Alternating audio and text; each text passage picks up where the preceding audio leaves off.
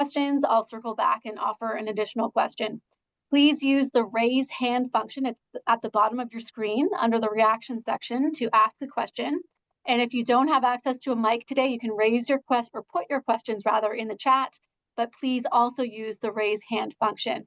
We do have a hard stop at 2:30 to allow Scott, Dave, and Andrew to get back to managing fires. And a final reminder that outside of this media availability, please direct all questions about wildfires to wildfirecomms@novascotia.ca. And we will get started with Scott. Thanks, Lise, and good afternoon, everybody.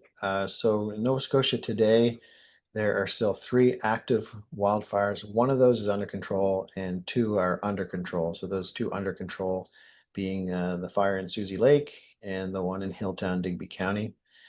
Department of Natural Resources responded to reports of 2 fires in the past 24 hours.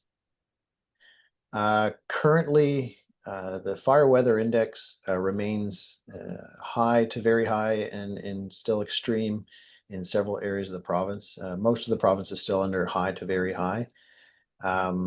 We don't anticipate a significant reduction in that. There's really still no significant rain in the immediate forecast that's going to change that situation. And we're working very closely with meteorologists and fire behavior analysts to assess the Hurricane Erin storm coming this weekend. In the province, over the past 24 hours and in today, we've been able to again receive support from the air from the province of New Brunswick. They have some CL-215T aircraft from the province of Alberta on loan in New Brunswick, which they've been able to send over and support us for several hours a day, doing what we call a quick strike. So those aircraft remain based in New Brunswick, so in the province that they're working for. But through our mutual aid agreements, we're able to very quickly order up some drops of water when they can free it up when their fire situation allows. So that's what we call a quick strike. And again, organized very efficiently through our mutual aid agreements with the other provinces. We have 4 Air Tractor 802 skimmer aircraft. So those are the smaller skimming aircraft. They can drop about 800 gallons per drop. They're in a group of 4. They're from the Northwest Territories and they're based here in Nova Scotia, and will be for an extended period here until at least we no longer require them. We also have a group of 2 CL-415 air tankers that are inbound from Manitoba. We're expecting their arrival shortly, early this afternoon. They'll be briefed provincially and then assigned. It'll be based at CFB Greenwood, supporting the large fire, but also available if we get additional fires and new starts around the province that we want to action quickly. We also have 3 helicopters that are inbound. They've been inbound for a couple of days now, coming across from Saskatchewan. They've run into some weather delays crossing through Ontario and Quebec, but we're anticipating one of those to be arriving shortly, early this afternoon, and a couple more to be arriving later in the day. We currently have 2 contracted helicopters based in the province, and one of them is currently assigned down to the Long Lake fire. Our DNR aircraft are being dedicated to initial attack to quickly knock down new starts, so ground crews can get them under control. That remains, one of our top priorities for the wildfire program right now. Is any new fire that starts, we attack, certainly safely but aggressively, preventing them from growing as quick as we can. So other aircraft may be deployed for this purpose as well. Again, it's all a coordinated effort between supporting the large fire and any new fires that we get. So we are very grateful for the use of CFB Greenwood base for fixed wing resources that are coming into the province. So that's a provincial overview, and I'll turn it over to Dave Steeves to speak to the Long Lake fire. Thank you, Scott. Just an update here as to what's happening at the Long Lake. So our status is still out of control. Our area still sits at 3,210 hectare.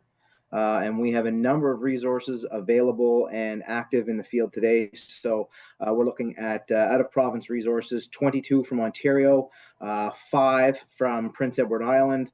We've got over 95 Department of Natural Resources staff out there, 25 volunteer fire department members, and they come with all of their apparatus and equipment. And there's an extensive amount of heavy machinery out there, and everybody is working diligently, to say the very least. The forecasted weather for today is fair. It is relatively good working conditions. Our winds are somewhat mild, starting out of the east, moving to the south, and then shifting back around to the west. So they're kind of moving in kind of a U-shaped pattern. And our folks on the ground are well aware of this. Even though the winds are relatively light, we have to be aware of the direction that the wind is coming out of and what it's moving into, just to ensure that we're keeping everybody safe on the ground. Our spread indices are relatively moderate, but the big issue remains fuel moisture and the drought conditions that persist really right across the province. The precipitation that we received a number of days ago was anywhere between 8 to 10. The benefit of that moisture is gone, and we are back into a serious drying trend. So for the days to come, our fire weather is going to continue to build on itself, and with each passing day, the fuels continue to get a bit more dry. In regards to the operational period from yesterday, it was a good working day for our crews. They concentrated extensive work up on the northern boundary where the fire actually crossed the North Dalhousie Road. We were able to get a very good amount of dozer break up into that area, and we're reinforcing those breaks with traditional hose lines. So there's a lot of good stuff going on there. That was the leading edge of the fire, and the closest area up there in and around the homes. So we're paying attention to that spot and putting a lot of good hard work in there. Other areas of the fire on the flanks, the left and right flank, our crews are continuing to build dozer guards, and they're actually making extensive ground. There are a number of areas that the heavy equipment are not able to access, so we've moved actual ground crews in there, and we're doing our very best to facilitate those crews with the equipment that they need to progress quickly. And as Scott had mentioned before, there is very minimal growth in regards to the perimeter, so that's a good thing. But with the forecasted weather that is possibly on the way, we're looking at this situation very seriously from every possible angle to put contingency plans in place and ensure the safety of everybody on the ground. But we are taking this one operational period at a time. And my colleague Andrew Mitten is here, and he can answer any questions that the folks in the room may have in regards to some of the other agencies that are in here. Okay, thanks so much, Dave, and thanks, Scott. And yes, Andrew is also here today to answer questions. Just a reminder, when you do ask your question, just if you can, direct it to either Scott, Dave, or Andrew, and we'll start with Ian Fairclough with Chronicle Herald. Ian, go ahead. Hey there. Just wondering, to date, has most of the spread just been moving along through the forest, or has there been any spotting happening? Well, most of the fire that's actually out there now is fuels that have been left over from the initial pass of the primary fire. There is some activity, obviously, on the perimeter, but most of it seems to be inside the perimeter. So crews are addressing stuff as quickly as we can, because given the fuel moisture levels that are out there, spotting potential is very real, according to the numbers that we look at every day. Fuels are very dry, so it's something that we're trying to get on top of right away. Spotting can be dangerous for the folks in the field, so it's not something that we really want to mess with. If we can address them right away, we always try to. And just as a follow-up, just wondering how many pieces of heavy equipment you have clearing those fire breaks around. Off the top of my head, I don't actually have a number of the number of the actual pieces of heavy equipment right in front of me here. I apologize for that. I can get that number for you. But I do know there are a number, and I mean an extensive number, of pieces of heavy equipment on each flank, and they have done very impressive work to date. Our air resources that are out there are actually supporting them in their efforts, ensuring that the line is cool enough for them to get in there and do their job and be effective. Okay, thanks very much. Next, we'll go to Sheldon McLeod with MBS Radio. Thank you for that, Elise. I'm not sure exactly who this should be directed to, but I'm wondering about, do you have adequate human resources? If not, when will you be calling for more reinforcements, and will that involve any volunteer firefighters? I guess. Sorry, go ahead, Scott. Sorry, I was just going to say on the generally with the firefighting effort, currently, we feel we're adequately resourced for the strategy and the objectives we're trying to meet. The large fire has requested additional crews, which we started working on 2 days ago. So they're inbound. The first extra group of firefighters is inbound, scheduled today, and we're expecting an additional group of firefighters to arrive tomorrow, and that's been coordinated through the Canadian Emergency Forest Fire Center. So that's the wildland firefighters that would be mobilizing across the country between the wildfire agencies. But yeah, I'll turn to Andrew to the volunteer contingent. Yeah, thanks for the question, Sheldon. So as far as David mentioned, that we have about 25 volunteer fire departments at any given time here. We've been fluctuating between 40 to 50 volunteer firefighters that come along with that apparatus to help assist and focus on some of the structural protection that we're coordinating. Yeah, my apologies. Rejoin the conversation. Yeah, for a follow-up, what is exactly the classification of the Susie's Lake fire right now, and when do you expect it to change to the next classification? Yes, Susie's Lake is still classified as under control. We still have staff at the fire. They've been advised, I guess, that they've been monitoring that fire, so walking through it and using their nose, and they're just feeling around. They haven't found any hot spots on that fire for at least 2 days now, and that's a really good sign. But they're not letting their guard down. They're going to continue to monitor. They'll probably start removing some equipment, hose and things like that, slowly off the fire between today and tomorrow. So it's still probably a couple days out at least before they're ready to even start talking about declaring it fully extinguished. So we're going to maintain a presence there and just keep monitoring, but it's very, very promising signs that they're not finding any hot spots. Thanks so much. Selena Alders with CBC. Thanks, Elise. I'm wondering, I suppose this would be probably for Scott, wondering if you can give us an update on the 4 new DNR helicopters that are on order. There hasn't been any recent updates. 2 were scheduled to be received this fiscal year, and from what I understand, the earliest one was sometime this fall. But we're scheduled to receive 2 this fiscal year, and then 2 after April 1 next year. Okay, and wondering if you could just remind us, how many does DNR currently have in its fleet, and how many of those are operational?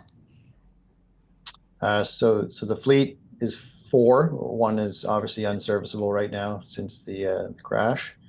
So we have 3 that are operational. Thank you. Thanks very much. Next, we'll go to Callum Smith with CTV. Thank you very much. I know you mentioned the wind from Hurricane Erin, but how confident are you that this fire will be contained before taking out any homes? Maybe I'll start, Dave, and maybe you can add some specific context. Yeah, I mean, I believe the team is feeling, pretty good about the work that's been done. That's where almost all of the energy is being put right now, is in and around the vicinity of the homes, and particularly where the fire crossed the West Dalhousie Road. That's the top priority, where the homes and infrastructure that could be threatened, in any kind of wind scenario, that's where they are. So to the west and the south of the fire, not so much a concern for homes and infrastructure at the moment, but there is certainly potential for growth of that fire given the wind patterns that are going to be coming on the weekend.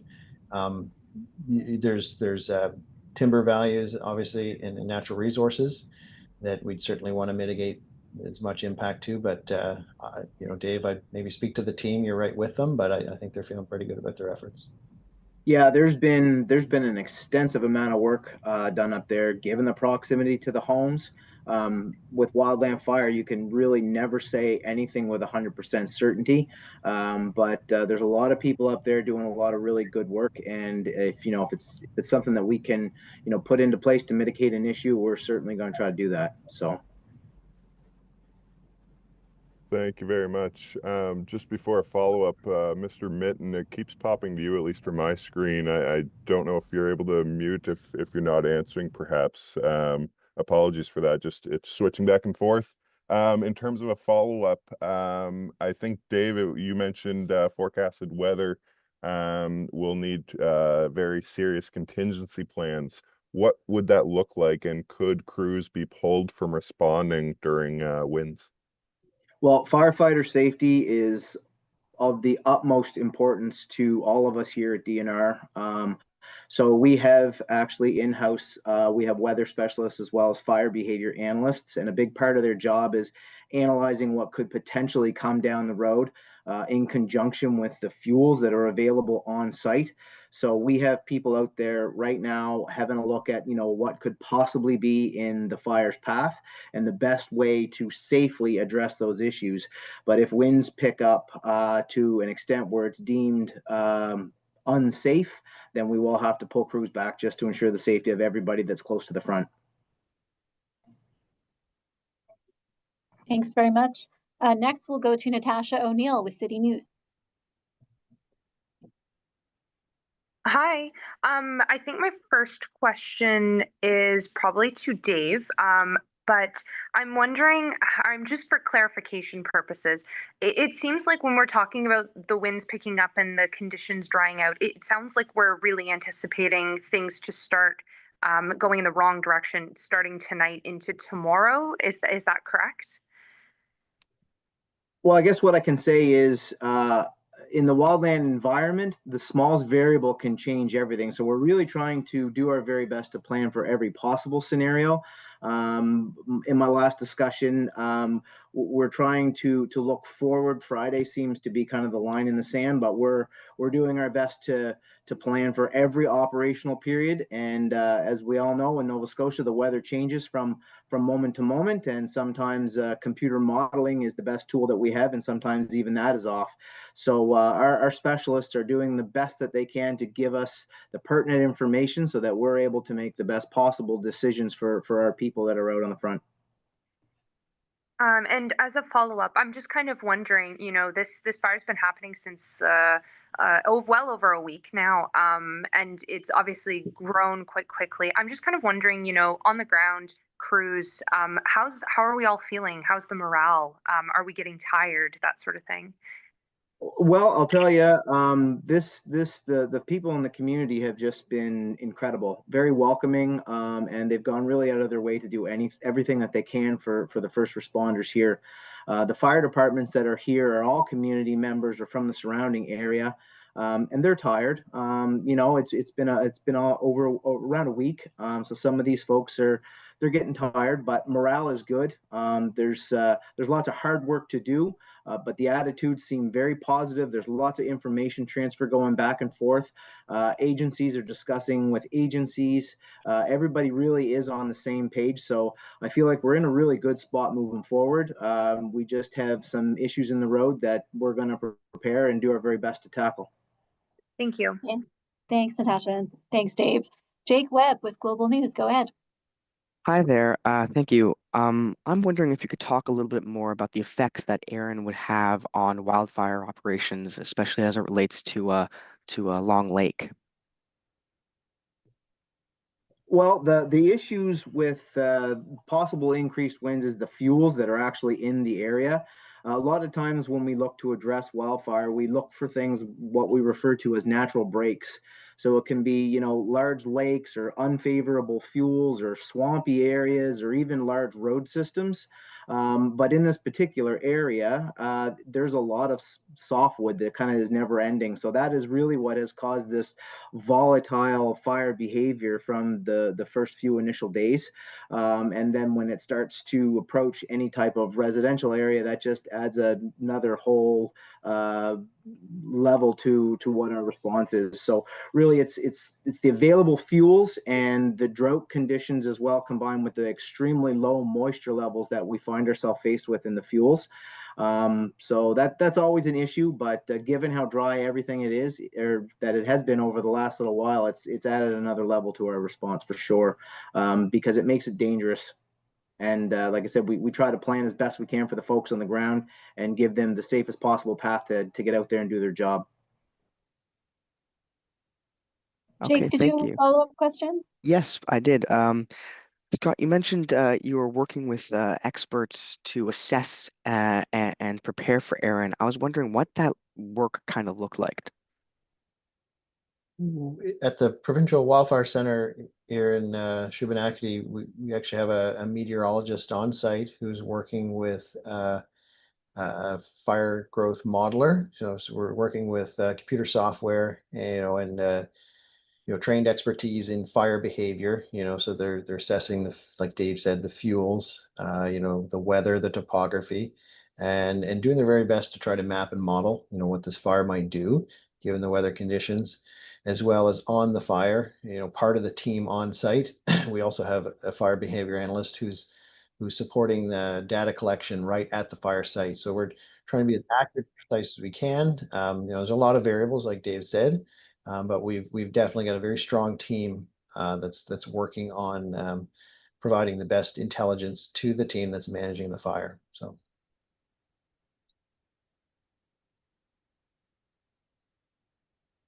We'll go to Nathan Coleman with the Weather Network. Thank you. Yes, I had a question about Aaron as well. Some of them have already been asked, but just wondering kind of, I guess, Scott, like how rare is it to be having to monitor a hurricane while you're, actively fighting a forest fire? And if the path of it staying offshore has been a relief, or are you still quite concerned about, even winds 30 gusting to 50? It's rare. I've been doing this for over 20 years, and it's the first time I've encountered this. But we're used to getting rugged weather in this part of the country. So dealt with high winds before, but I guess one benefit with a system like this is we've had quite an advanced notice that it's coming, and the working with the meteorologists and the growth modelers, we've had that advantage of multiple days to prepare. So that's been a huge advantage. Yeah, but it's rare and something we certainly hoped we weren't going to run into, but it's what we're facing. So that's what we're going to plan for and deal with. Okay, thank you. And just to follow up, like longer range, are you looking at the prospect of rain on Monday helping? We'll take any rain we can get. It still doesn't look, and Nathan, maybe you have some good news for us, but the latest I'd heard, it still doesn't look like anything significant enough. These smaller, rain events are certainly enough to take the edge off, for a day or two. But like Dave said, even the precipitation that we had a couple days ago, the benefit of that is kind of all but gone now, and we're back into a drying trend. So we'll certainly take anything we can get. Yeah, thank you. Thanks, Nathan. Lindsay Armstrong with the Canadian Press. Thank you so much. Recognizing a question for Dave, recognizing the fire is about the same size as it was yesterday, I'm wondering if you can describe the type of progress that's been made since yesterday. And is this the second day in a row now that the fire has not grown? Is that right? Yep, correct. There are very small areas around the perimeter, where maybe it has jumped over a few feet, but it's nothing, that's even measurable. The determination and the hard work of the firefighters, both DNR and structural, that are in the field, and the heavy machine operators as well.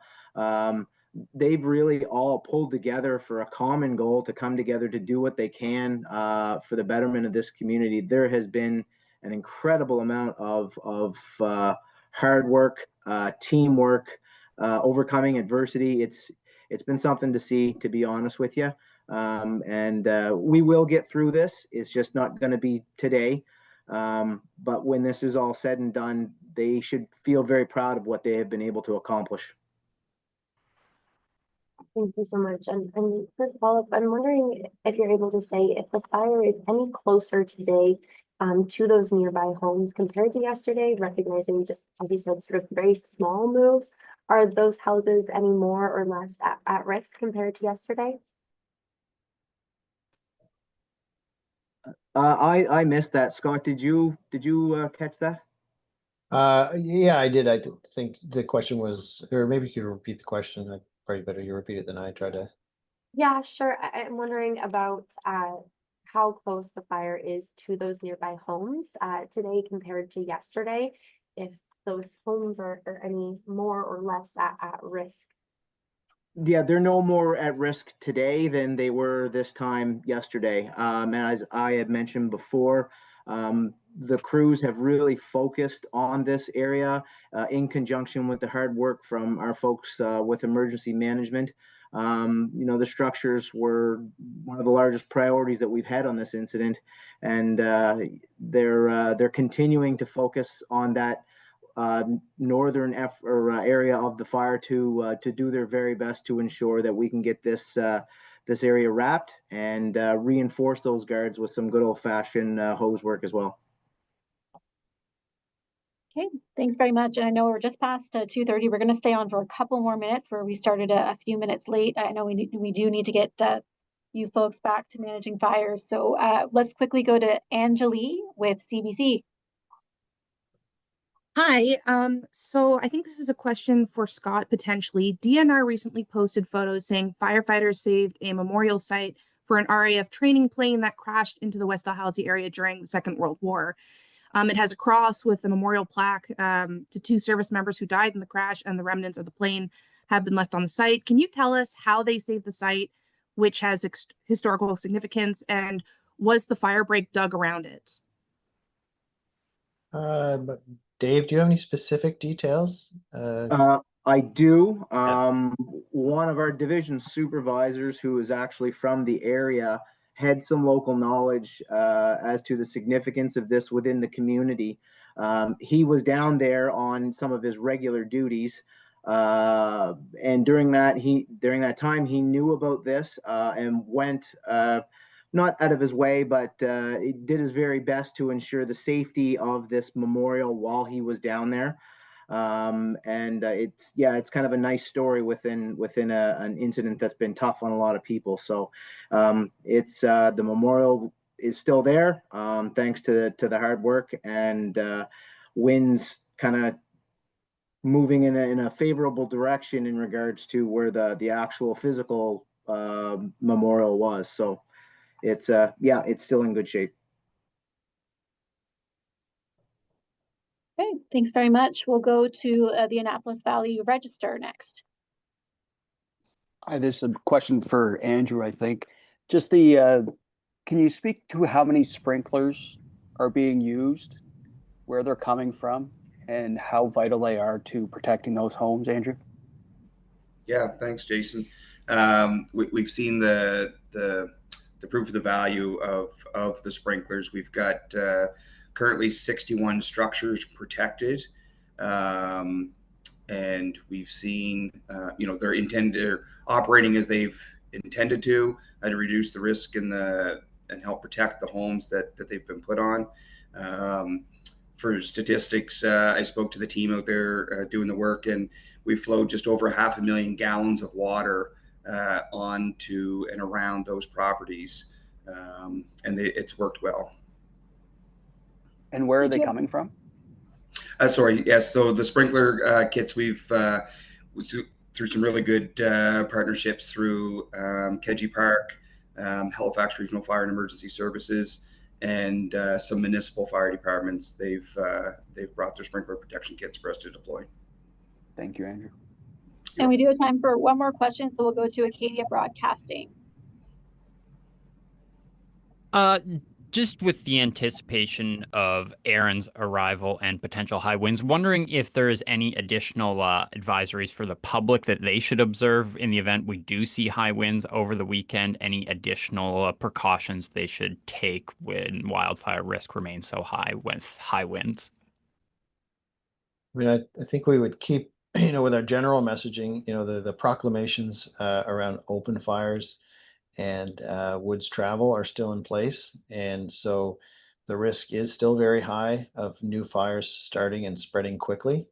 So we still need everybody to pitch in and help us not get new starts. And in terms of the large fire, again, we're going to monitor that weather and plan and strategize accordingly as the weather forecasting and models get closer to the date. Yeah, I don't know if Dave or Andrew, you had anything else down in Long Lake specifically? I guess I would just add, Scott, that we do have the current evacuation area that's sufficient for the conditions at this time, but we're working closely with the team at DNR and the environment folks.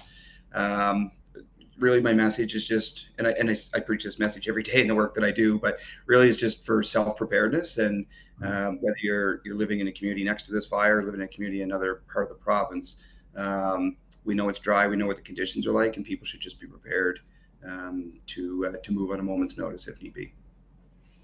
Okay, folks, we're going to have to leave it there to allow our panel to get back to managing fires. Thanks very much, and enjoy the rest of your day. Thanks. Thank you. Take care.